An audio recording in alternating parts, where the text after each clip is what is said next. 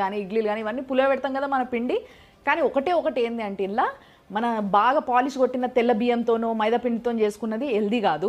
పాత ప్రాసెస్లు ఇట్లా వేసుకుంటున్నా అట్లా వేసుకుంటే మంచిదే. ఈ మధ్య బాగా వైరల్ అవుతున్న కంజీ అని చెప్పేసి అది కూడా ఒకటి తయారు చేసుకుంటారు కదా, ఫర్మెంటెడ్ డ్రింక్, ప్రోబయోటిక్ డ్రింక్ అని, అది కూడా ఫర్మెంటెడ్ ఫుడ్. ఇంకో స్పెషల్ ఫర్మెంటెడ్ ఫుడ్ ఏంటి అని అంటే మనం రెగ్యులర్గా తినే పికిల్స్, ఎండాకాలంలో బాగా వేసుకుంటాం కదా, అవి కూడా ఫర్మెంటెడే. కానీ ఏంటంటే కొంచెం కారం తక్కువ తినాలి కాబట్టి కొంచెం తక్కువ తింటే చాలు, కానీ అది కూడా మంచిది గట్టికి. హెల్దీ ఫుడ్స్లో 7th ప్లేస్లో ఉన్నది హెల్దీ ఫ్యాట్స్.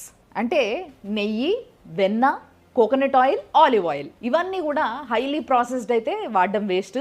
అదే ఇంట్లో తయారు చేసుకున్న కోల్డ్ ప్రెస్డ్ అయితే బెస్ట్. ఈ హెల్దీ ఫ్యాట్స్ వల్ల న్యూట్రిషన్ చాలా బాగా బాడీకి అబ్జార్బ్ అవుతుంది, గుండెకి చాలా మంచివి కూడా.